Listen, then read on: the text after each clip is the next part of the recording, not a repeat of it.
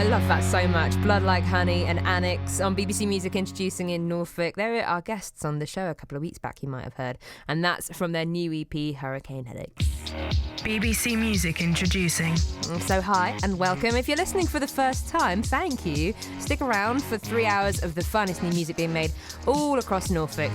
Tonight I have lots of guests in. We've got the Islas in the studio ahead of a big gig in Norwich with a very important charitable reason behind it. We've also got Vanity Fairy in. She's playing Norwich Art Centre with Birds Like Hell tomorrow and has a cracking new tune that we will of course play. Hex Friends are here too. We're very honoured about that because Connor from the band has his birthday today. But also, if you haven't listened to their Deja Vu EP, then you need to get on that. It came out last week. We're going to talk all about it and an upcoming Norwich Waterfront gig they've got coming. And we're meeting a brand new artist to BBC Music introducing, Steve Appleton. He makes amazing sounds. He's prolific as well. 9 albums since the start of the year he's uploaded onto the internet. And he's also a very talented artist, illustrating all of his releases and more. Also tracks on the way from Galley, Bug Teeth, Outlier, Hank, Caves and tons of others as well. And this one from Xander, uploaded a couple of weeks back. It's really nice. It's called Sounds Outside.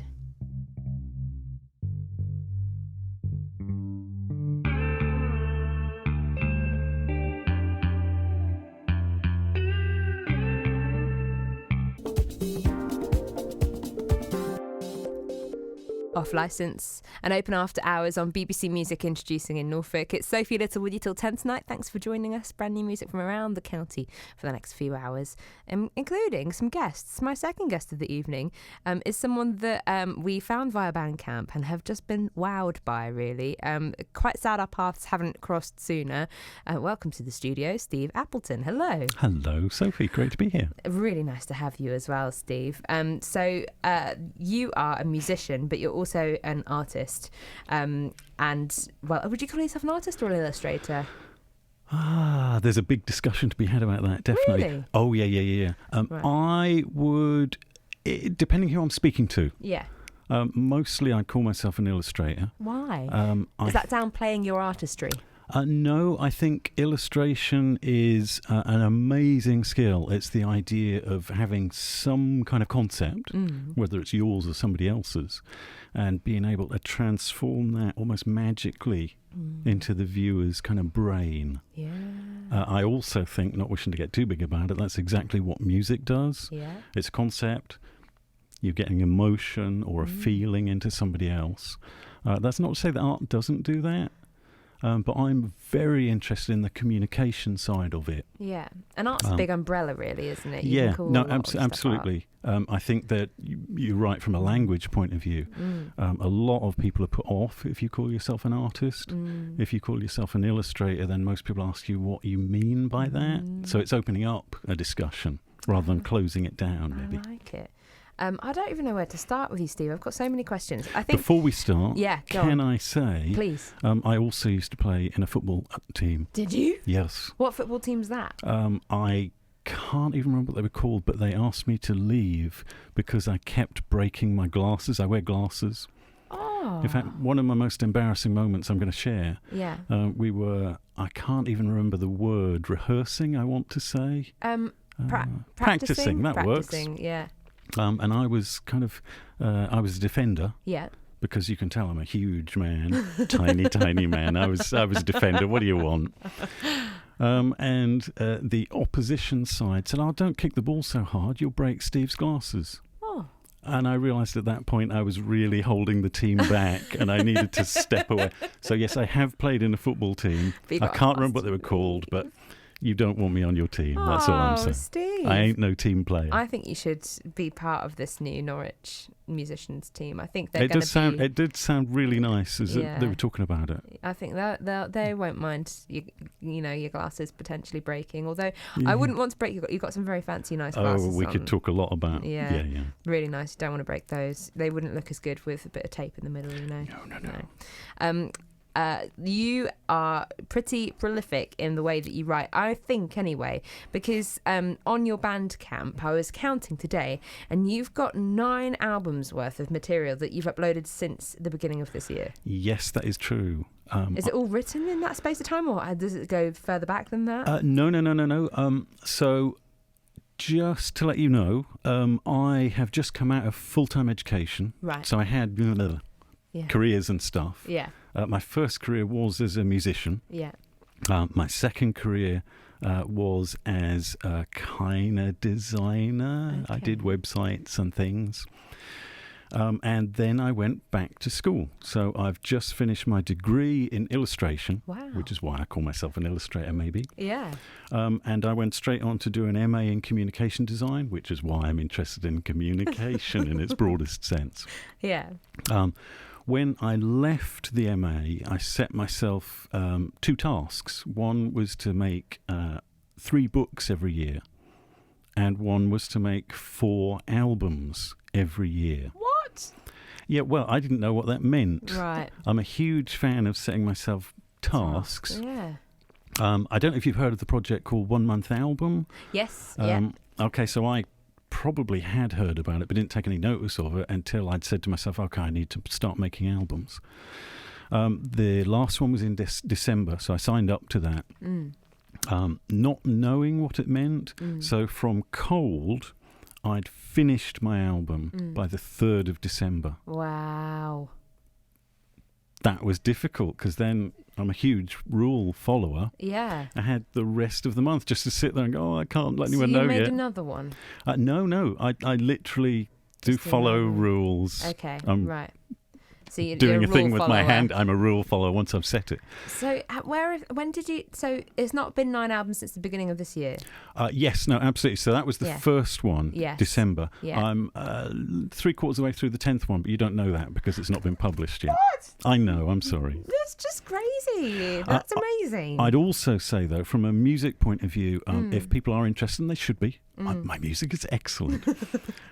As part of my first career as a musician, I did a lot of work for an organisation called Community Music East. Yeah. So an educational charitable trust. We did a lot of kind of really interesting work. From my perspective, though, the most important thing was that I sat in a room with a bunch of other musicians who were really good for 2 years, and we just made up plinky plonky, makey uppy music. Yeah. Free jazz, obviously. So my training is in free jazz. The music that I'm putting out on these albums, generally speaking, either I plug the guitar in and start, and then I finish, and then that's it. So I'm responding to myself. So I make a sound, and then I respond to that sound. It's completely instantaneous. Yeah. Or just before I plug my guitar in, I make up a rule. Right. And that rule could be it's in a specific key or a specific time, or I'm not going to use some specific phrase. Yeah. Often, you've alluded to the pictures that I'm making, often in the morning I've made an image, and actually the music you're hearing is a response to that image. Wow. So I could well be looking at a picture and making a kind of soundtrack to it. What an amazing way to make music. It is. I think it's quite interesting. It's certainly really quick and productive. Yeah, well, that's It also goes the other way round. Yeah. So I could have made a piece of music, and then I listen to that music while I'm making the next picture in the book, as it were. Wow. The pictures that you make are just phenomenal. They're really beautiful, quite dark, some of them as well, but you've got such a unique style. Thank you very much. Really amazing that you can. You've got a WordPress website, haven't you? Yes. Yeah. What's the address so people can have a look? The easiest thing to do if you wanted to find out about kind of what I do, my name's Steve Appleton. If you go to my website, which is steveappleton.co.uk, excuse me, there's links through to the blog. On the blog, the WordPress blog, you can see pretty much every picture that I make. Wow. I don't think I censor any of it. Yeah. So I make the picture and it instantly goes up. Yeah.